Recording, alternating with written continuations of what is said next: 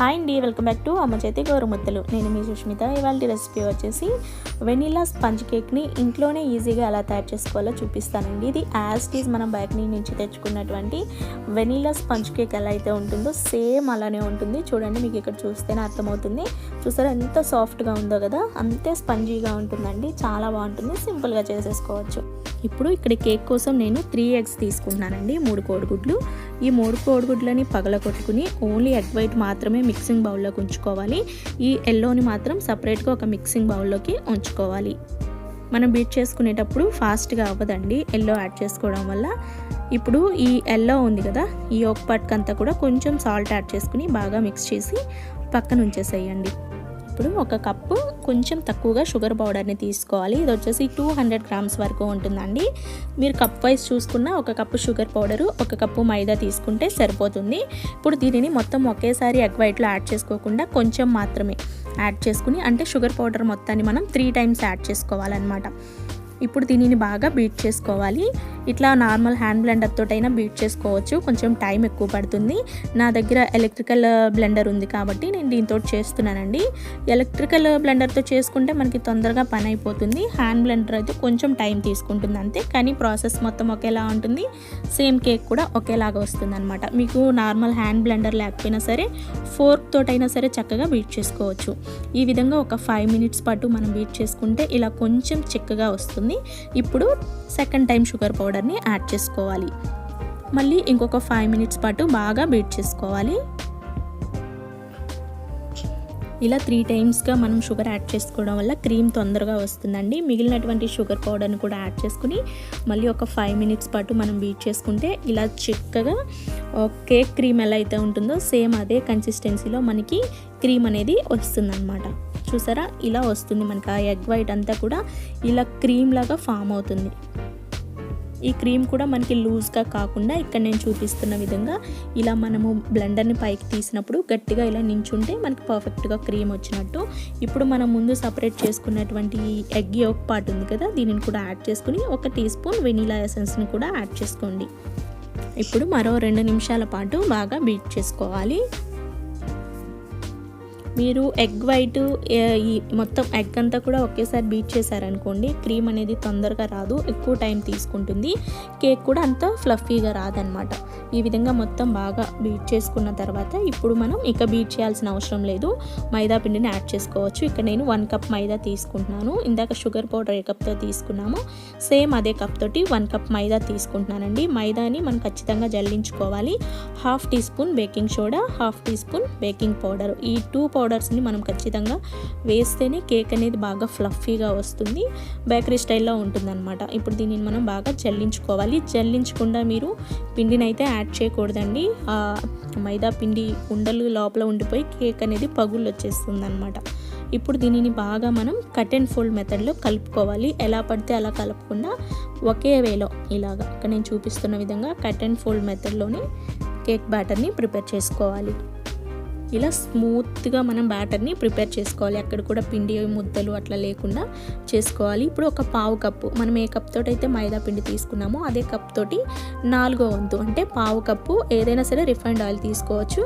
అలాగే 1 tablespoon పాలను కూడా కలుపుకొని ఈ పాలు ఆయిల్ మొత్తం బ్యాటర్లో బాగా కలిసేలాగా కట్ అండ్ ఫోల్డ్ మెథడ్లోనే మనం కలుపుకోవాలి. ఎలా పడితే అలా కలపొద్దండి, కేక్ పొంగదు. తీరా మనం అంతా చేసుకుంటే కేక్ పొంగకుండా మనకి ఫ్లఫీగా లేదనుకోండి, మనకి సాటిస్ఫాక్షన్ ఉండదు కదా. కాబట్టి ఇలా నిదానంగా కట్ అండ్ ఫోల్డ్ మెథడ్లోనే కేక్ బ్యాటర్ని మనం ప్రిపేర్ చేసుకోవాలి. ఆయిల్ మాత్రం మీరు ఖచ్చితంగా రిఫైన్డ్ ఆయిల్ని మాత్రమే, అంటే ఫ్లేవర్ లేని ఆయిల్ని మాత్రమే యూస్ చేసుకోవాలి. ఆయిల్ లేకపోతే మెల్ట్ చేసుకున్న బటర్ని కూడా యాడ్ చేసుకోవచ్చు, గీ అయితే వేయొద్దండి. ఇప్పుడు మనం ఏదైతే కేక్ చేసుకోవాలనుకుంటున్నటువంటి ఈ కేక్ మౌల్డ్ని తీసుకుని, కేక్ మౌల్డ్ లేకపోయినా ఏదైనా గిన్నె, మన ఇంట్లో ఉన్నటువంటి గిన్నె ఏదైనా సరే కేక్ వచ్చేస్తుందండి ఈజీగానే. మీ దగ్గర బటర్ పేపర్ ఉంటే ఇలా అడుగు భాగంలో బటర్ పేపర్ పెట్టండి. లేకపోతే కొంచెం మైదా పిండి తీసుకుని ఈ గిన్నెకి మొత్తానికి అలాగా కోట్ చేసుకోండి. ఈ బటర్ పేపర్ పెట్టడం వల్ల మనము బేక్ చేసుకునేటప్పుడు ఆ వేడి అనేది కేక్ డైరెక్ట్గా తగలకుండా మొత్తం ఈవెన్గా బేక్ అవుతుందండి. కేక్ అంటే అంచులు వెంబడి మాడిపోకుండా బాగా వస్తుందన్నమాట. ఈ బటర్ పేపర్ కూడా పెద్ద కాస్ట్ అయితే ఏముండదండి. లో ప్రైస్లోనే మనకి 60 to 70 రూపీస్లోనే బటర్ పేపర్ అనేది వచ్చేస్తుంది. చాలా కేక్స్ చేసుకోవచ్చు. ఇప్పుడు కేక్ బ్యాటర్ని ఈ కేక్ మౌల్డ్లోకి ట్రాన్స్ఫర్ చేసుకున్న తర్వాత ఒక టూత్ పిక్ తీసుకోండి. టూత్ పిక్ తోటి ఇట్లా బ్యాటర్ మధ్యలో మనం ఇలా అటు ఇటు తిప్పడం వల్ల ఈ బ్యాటర్లో ఉన్నటువంటి ఎయిర్ గ్యాప్స్ అట్లాంటివన్నీ కూడా పోయి కేక్ అనేది పగులు రాకుండా పర్ఫెక్ట్గా వస్తుంది. అలాగే గిన్నెని బాగా ఇక్కడ నేను చూపిస్తున్న విధంగా ట్యాప్ చేయండి. ఇప్పుడు స్టవ్ పైన కేక్ని బేక్ చేసుకోవడం కోసం ఒక కడాయి లేదా వెడల్పాటి గిన్నె లాంటిది పెట్టుకుని అడుగు భాగంలో సాల్ట్ లేదా ఇసుకనైనా యాడ్ చేసుకోవచ్చండి. అలాగే మధ్యలో ఒక స్టాండ్ లేదా ప్లేట్ లాంటిది పెట్టుకుని మూత పెట్టి ఒక 5 నిమిషాల పాటు 5 minutes ప్రీహీట్ చేసిన తర్వాత ఈ కేక్ మౌల్డ్ని మనం ఈ కడాయి లోపల పెట్టి మూత పెట్టేసి ఒక 20 నిమిషాల పాటు లో ఫ్లేమ్ మీద బేక్ చేసుకోవాలి. ఓకే, 20 నిమిషాల తర్వాత మనం ఒకసారి కేక్ బేక్ అయింది లేనిది చూద్దామండి. మనం తీసుకున్నటువంటి కేక్ బ్యాటర్ని బట్టి కేక్ టైం అనేది తీసుకుంటుంది.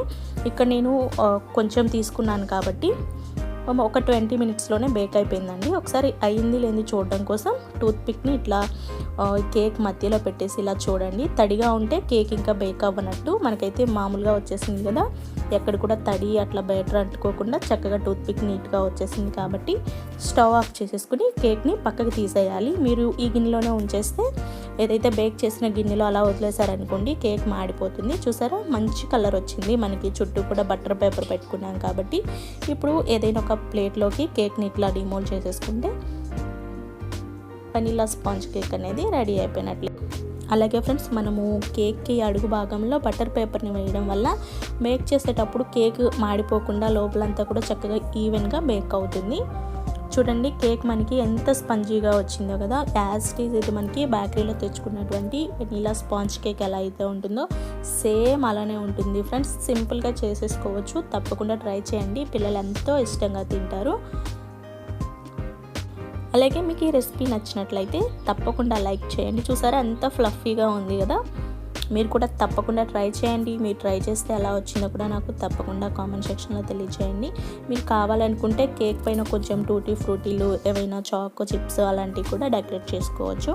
నేను మీకు ఇంకొక వీడియోలో కేక్ డెకరేషన్ కూడా ఈజీగా ఎలా చేసుకోవాలో చూపిస్తాను.